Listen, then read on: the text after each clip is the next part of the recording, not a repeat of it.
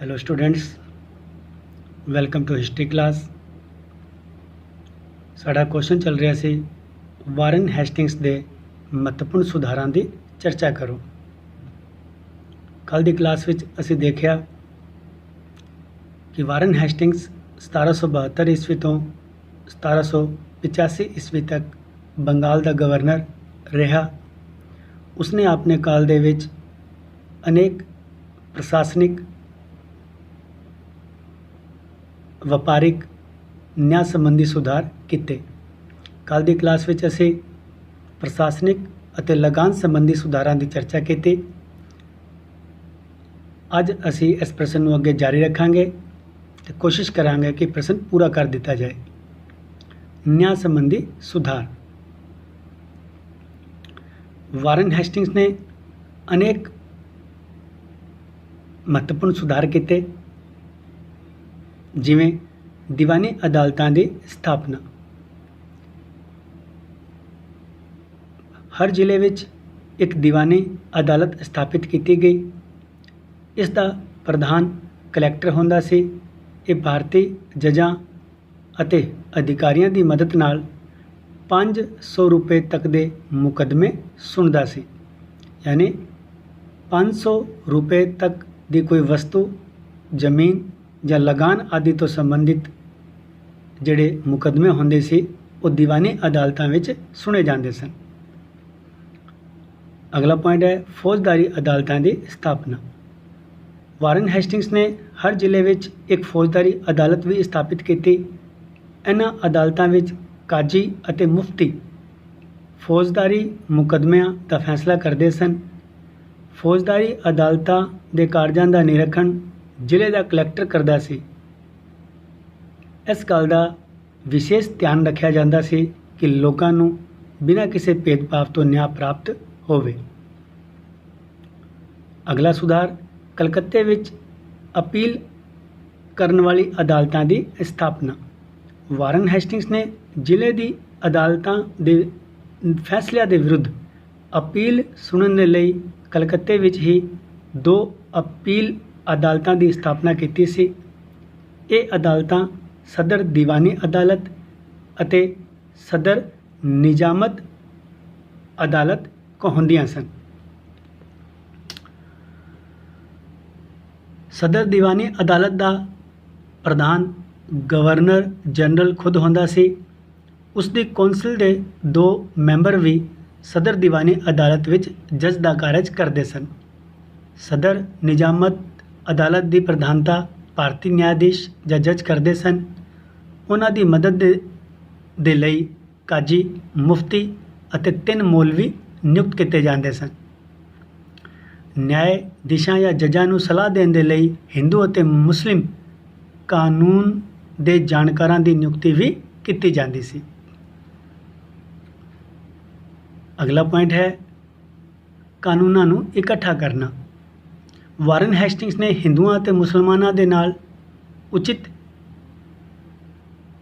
न्याय करन दे लई उन्हां दे प्राचीन कानूनां या पुराने कानूनां नूं संकलित करन दा कारज करवाया। जल्दी ही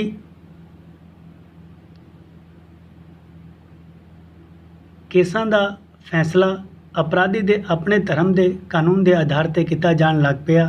वारन हेस्टिंग्स ने सारे जजां नूं यह आदेश दिता कि वह अपनी अदालत की सारी कार्रवाई का ब्यौरा रखन। उन्होंने ये भी आग्ञा दी गई कि वह अपने कर्मचारी की अपने कार्यवाही की एक लिखित प्रति सदर दीवानी अदालत अते सदर निजामत अदालत नूं भी भेजन। अगला पॉइंट है जजां दे वेतन निश्चित करना। वारन हेस्टिंग्स ने न्याय प्रणाली नूं साफ सुथरी बनाने के लिए ਅਤੇ भ्रष्टाचार का अंत करने के लिए सारे जजां दे उचित वेतन निश्चित कर दिते। इस दे नाल ही उन्हां द्वारा भेंट अते उपहार आदि लैण ते भी रोक ला दी गई। ये सीगे वारन हेस्टिंग्स के न्याय संबंधी सुधार। अगे है व्यापार संबंधी सुधार। वारन हेस्टिंग्स ये चंगी तरह जानता सी कि कंपनी ਦੇ ਆਰਥਿਕ ਸਥਿਤੀ ਨੂੰ ਮਜ਼ਬੂਤ ਬਣਾਉਣ ਦੇ ਲਈ ਵਪਾਰ ਅਤੇ ਵਾਣਿਜ ਨੂੰ ਪ੍ਰੋਤਸਾਹਨ ਦੇਣਾ ਬਹੁਤ ਜ਼ਰੂਰੀ ਹੈ। ਐਸੇ ਗੱਲ ਨੂੰ ਧਿਆਨ ਵਿੱਚ ਰੱਖਦੇ ਹੋਏ ਉਸਨੇ ਵਪਾਰਿਕ ਸੁਧਾਰ ਕੀਤੇ। ਪਹਿਲਾ ਹੈ ਅਵੈਧ ਚੁੰਗੀ ਗ੍ਰਹਿਾਂ ਦਾ ਅੰਤ ਜਾਂ ਚੁੰਗੀ ਕਰਾਂ ਦਾ ਅੰਤ। ਵਾਰਨ ਹੈਸਟਿੰਗਸ ਤੋਂ ਪਹਿਲਾਂ ਦੇਸ਼ ਵਿੱਚ ਅਨੇਕ ਅਵੈਧ ਚੁੰਗੀ ਘਰ ਸਥਾਪਿਤ ਹੋ ਗਏ ਸਨ। ਸਿੱਟੇ ਵਜੋਂ ਵਪਾਰ ਨੂੰ ਕਾਫੀ ਧੱਕਾ ਲੱਗਿਆ ਸੀ। ਉਸਨੇ ਵਪਾਰ ਨੂੰ ਉન્નਤ ਕਰਨ ਦੇ ਲਈ ਕਲਕੱਤਾ, ਢਾਕਾ, ਹੁਗਲੀ, ਮੁਰਸ਼ਿਦਾਬਾਦ ਅਤੇ ਪਟਨਾ ਆਦਿ 5 ਸਥਾਨਾਂ ਦੇ ਚੁੰਗੀ ਘਰਾਂ ਨੂੰ ਛੱਡ ਕੇ ਬਾਕੀ ਸਾਰੇ ਚੁੰਗੀ ਘਰ ਬੰਦ ਕਰ ਦਿੱਤੇ। ਹੁਣ ਕੇਵਲ ਇਹਨਾਂ 5 ਸਥਾਨਾਂ 'ਤੇ ਹੀ ਚੁੰਗੀ ਘਰ ਲਿੱਤਾ ਜਾਂਦਾ ਸੀ। ਇਸ ਦੇ ਨਾਲ ਵਪਾਰ ਨੂੰ ਦੁਬਾਰਾ ਪ੍ਰੋਤਸਾਹਨ ਮਿਲਿਆ। ਸਿੱਟੇ ਵਜੋਂ ਹੁਣ ਵਪਾਰੀਆਂ ਦਾ ਮਾਲ ਬਿਨਾਂ ਕਿਸੇ ਰੋਕ ਟੋਕ ਅਤੇ ਦੇਰੀ ਨਾਲ ਇੱਕ ਸਥਾਨ ਤੋਂ ਦੂਜੇ ਸਥਾਨ 'ਤੇ ਆਉਣ ਜਾਣ ਲੱਗ ਪਿਆ। ਅਗਲਾ ਪੁਆਇੰਟ ਹੈ ਦਸਤਕ ਪ੍ਰਥਾ ਦਾ ਅੰਤ। ਇੰਪੋਰਟੈਂਟ ਕੁਐਸਚਨ ਹੈ, ਛੋਟਾ ਹੈ। ਵਾਰਨ ਹੈਸਟਿੰਗਸ ਨੇ ਵਪਾਰ ਦੀ ਦਸ਼ਾ ਸੁਧਾਰਨ ਦੇ ਲਈ ਦਸਤਕ ਪ੍ਰਥਾ ਦਾ ਅੰਤ ਕਰ ਦਿੱਤਾ। ਇਸ ਪ੍ਰਥਾ ਦੇ ਅਨੁਸਾਰ ਕੰਪਨੀ ਦੇ ਕਰਮਚਾਰੀਆਂ ਨੂੰ ਬਿਨਾਂ ਚੁੰਗੀ ਕਰ ਦਿੱਤੇ ਵਪਾਰ ਕਰਨ ਦੀ ਆਗਿਆ ਸੀ। ਕਰਮਚਾਰੀ ਕੰਪਨੀ ਦੀ ਆੜ ਵਿੱਚ ਨਿੱਜੀ ਵਪਾਰਨ ਕਰਨ ਲੱਗ ਪਏ ਸਨ, ਜਿਸ ਦੇ ਨਾਲ ਉਹ ਆਪ ਤਾਂ ਮਾਲਾਮਾਲ ਹੋ ਗਏ ਸਨ, ਪਰੰਤੂ ਕੰਪਨੀ ਅਤੇ ਬ੍ਰਿਟਿਸ਼ ਵਪਾਰੀਆਂ ਦਾ ਕਾਰਜ ਲਗਭਗ ਠੱਪ ਹੋ ਗਿਆ ਸੀ। ਦਸਤਕ ਪ੍ਰਥਾ ਦਾ ਅੰਤ ਹੋਣ ਨਾਲ ਕਰਮਚਾਰੀ ਹੁਣ ਨਿੱਜੀ ਵਪਾਰ ਨਹੀਂ ਕਰ ਸਕਦੇ ਸਨ।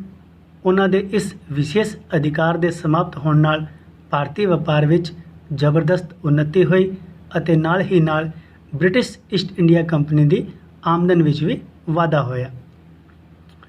ਅਗਲਾ ਪੁਆਇੰਟ ਹੈ ਵਪਾਰਿਕ ਬੋਰਡ ਦੀ ਸਥਾਪਨਾ। ਵਾਰਨ ਹੈਸਟਿੰਗਸ ਨੇ ਇੱਕ ਵਪਾਰਿਕ ਬੋਰਡ ਦੀ ਸਥਾਪਨਾ ਕੀਤੀ ਜੋ ਕੰਪਨੀ ਦੇ ਲਈ ਮਾਲ ਖਰੀਦਦਾ ਸੀ। ਇਸ ਨਾਲ ਕੰਪਨੀ ਨੂੰ ਵਪਾਰ ਕਰਨ ਵਿੱਚ ਕਾਫੀ ਸੁਵਿਧਾ ਮਿਲੀ ਅਤੇ ਵਪਾਰ ਵੀ ਖੂਬ ਚਮਕਿਆ। ਇਸ ਬੋਰਡ ਵੱਲੋਂ ਵਪਾਰ ਦੇ ਵਿਕਾਸ ਦੇ ਲਈ ਭੂਟਾਨ, ਤਿੱਬਤ ਅਤੇ ਮਿਸਰ ਵਿੱਚ ਨਾਲ ਵੀ ਵਪਾਰਿਕ ਸੰਬੰਧ ਸਥਾਪਿਤ ਕੀਤੇ ਗਏ ਅਤੇ ਉੱਥੇ ਮਿਸ਼ਨ ਭੇਜੇ ਗਏ।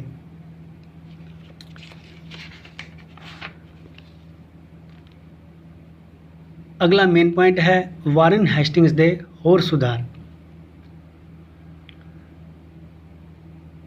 ਵਾਰਨ ਹੈਸਟਿੰਗਸ ਨੇ ਤਿੱਬਤ, ਭੂਟਾਨ ਅਤੇ ਨੇਪਾਲ ਦੇ ਨਾਲ ਵਪਾਰਿਕ ਸੰਬੰਧ ਸਥਾਪਿਤ ਕੀਤੇ। ਉਸਨੇ ਅਨੇਕ ਪ੍ਰਕਾਰ ਦੇ ਸਿੱਕਿਆਂ ਦਾ ਪ੍ਰਚਲਨ ਬੰਦ ਕਰ ਦਿੱਤਾ ਅਤੇ ਉਸ ਦੇ ਸਥਾਨ 'ਤੇ ਇੱਕ ਮੁੱਲ ਦੇ ਸਿੱਕੇ ਚਲਾਏ। ਸਿੱਕੇ ਬਣਾਉਣ ਦੇ ਲਈ ਕਲਕੱਤੇ ਵਿਖੇ ਇੱਕ ਟਕਸਾਲ ਵੀ ਸਥਾਪਿਤ ਕੀਤੀ ਗਈ। ਮੁਗਲ ਸਮਰਾਟ ਸ਼ਾਹ ਆਲਮ ਦੂਜੇ ਅੰਗਰੇਜ਼ਾਂ ਦੀ ਸ਼ਰਨ ਛੱਡ ਕੇ ਮਰਾਠਿਆਂ ਦੀ ਸ਼ਰਨ ਵਿੱਚ ਚਲਾ ਗਿਆ ਸੀ। ਹੈਸਟਿੰਗਸ ਨੇ ਉਹਦੇ ਤੋਂ ਕੜਾ ਅਤੇ ਇਲਾਹਾਬਾਦ ਦੇ ਜ਼ਿਲ੍ਹੇ ਜੋ ਉਸ ਨੂੰ ਇਲਾਹਾਬਾਦ ਦੀ ਸੰਧੀ ਦੇ ਅਨੁਸਾਰ ਦਿੱਤੇ ਗਏ ਸਨ, ਵਾਪਿਸ ਲੈ ਲਿੱਤੇ ਗਏ। ਹੈਸਟਿੰਗਸ ਨੇ ਇਹ ਜ਼ਿਲ੍ਹੇ 50 ਲੱਖ ਰੁਪਏ ਦੇ ਬਦਲੇ ਅਵਧ ਦੇ ਨਵਾਬ ਨੂੰ ਦੇ ਦਿੱਤੇ। ਸ਼ਾਹ ਆਲਮ ਦੂਜੇ ਨੂੰ ਮਿਲਣ ਵਾਲੀ 26 ਲੱਖ ਰੁਪਏ ਦੀ ਸਾਲਾਨਾ ਪੈਨਸ਼ਨ ਵੀ ਬੰਦ ਕਰ ਦਿੱਤੀ ਗਈ। ਇਸ ਦੇ ਨਾਲ ਕੰਪਨੀ ਨੂੰ ਬਹੁਤ ਆਰਥਿਕ ਲਾਭ ਹੋਇਆ। ਇਹ ਜਿਹੀਆਂ ਸਾਰੀਆਂ ਨੌਕਰੀਆਂ ਸਮਾਪਤ ਕਰ ਦਿੱਤੀਆਂ ਗਈਆਂ ਜਿਨ੍ਹਾਂ ਵਿੱਚ ਬਿਨਾਂ ਕੰਮ ਕੀਤੇ ਹੀ ਤਨਖਾਹ ਦਿੱਤੀ ਜਾਂਦੀ ਸੀ। ਵਾਰਨ ਹੈਸਟਿੰਗਸ ਨੇ ਰੋਹਿਲਾ ਦੇ ਵਿਰੁੱਧ ਅਵਧ ਦੇ ਨਵਾਬ ਸੁਜਾਉਦੌਲਾ ਦੀ ਸਹਾਇਤਾ ਕਰਨ ਦੇ ਬਦਲੇ ਨਵਾਬ ਤੋਂ 40 ਲੱਖ ਰੁਪਏ ਵਸੂਲ ਕੀਤੇ। ਬਨਾਰਸ ਦੇ ਰਾਜਾ ਚੇਤ ਸਿੰਘ ਅਤੇ ਅਵਧ ਦੀ ਬੇਗਮਾਂ ਤੋਂ ਵੀ ਹੈਸਟਿੰਗਸ ਨੇ ਬਹੁਤ ਧਨ ਵਸੂਲ ਕੀਤਾ। ਵਾਰਨ ਹੈਸਟਿੰਗਸ ਨੇ ਖੇਤਾਂ ਵਿੱਚ ਕੰਮ ਕਰਨ ਵਾਲੇ ਮਜ਼ਦੂਰਾਂ ਦੇ ਲਈ ਅਨੇਕ ਕਾਨੂੰਨ ਬਣਾਏ। ਉਸਨੇ ਸਾਹੂਕਾਰਾਂ ਦੁਆਰਾ ਮਜ਼ਦੂਰਾਂ ਨੂੰ ਕਰਜ਼ ਦੇਣ 'ਤੇ ਰੋਕ ਲਗਾ ਦਿੱਤੀ। ਮੁਦਰਾ ਪ੍ਰਣਾਲੀ ਵਿੱਚ ਵੀ ਹੋਰ ਸੁਧਾਰ ਕਰਨ ਦੇ ਲਈ ਕਾਗਜ਼ 'ਤੇ ਨੋਟ ਪ੍ਰਚਲਿਤ ਕੀਤੇ ਗਏ, ਪਰੰਤੂ ਇਸ ਯੋਜਨਾ ਵਿੱਚ ਵਾਰਨ ਹੈਸਟਿੰਗਸ ਸਫਲ ਨਹੀਂ ਹੋ ਪਾਇਆ। ਭਾਰਤੀਆਂ ਨੂੰ ਕੰਪਨੀ ਦੀ ਨੌਕਰੀ ਦੇ ਯੋਗ ਬਣਾਉਣ ਦੇ ਲਈ 1781 ਈਸਵੀ ਵਿੱਚ ਉਸਨੇ ਕਲਕੱਤੇ ਵਿੱਚ ਇੱਕ ਕਾਲਜ ਦੀ ਸਥਾਪਨਾ ਕੀਤੀ। 1784 ਈਸਵੀ ਵਿੱਚ ਸਰ ਵਿਲੀਅਮਸ ਜੋਨਸ ਦੀ ਮਦਦ ਨਾਲ ਇਤਿਹਾਸਿਕ ਖੋਜਾਂ ਕਰਨ ਦੇ ਲਈ ਬੰਗਾਲ ਏਸ਼ੀਆਟਿਕ ਸੁਸਾਇਟੀ ਦੀ ਸਥਾਪਨਾ ਵੀ ਕੀਤੀ ਗਈ। ਇਸ ਤਰ੍ਹਾਂ ਵਾਰਨ ਹੈਸਟਿੰਗਸ ਦੇ ਇਹਨਾਂ ਸੁਧਾਰਾਂ ਦੇ ਸਿੱਟੇ ਵਜੋਂ ਮਜ਼ਬੂਤ ਨਾਗਰਿਕ ਸ਼ਾਸਨ ਦੀ ਨੀਂਹ ਪਈ ਅਤੇ ਬੰਗਾਲ ਵਿੱਚ ਦੁਬਾਰਾ ਸਮਰਿੱਧੀ ਜਾਂ ਖੁਸ਼ਹਾਲੀ ਦਾ ਯੁੱਗ ਸ਼ੁਰੂ ਹੋਇਆ।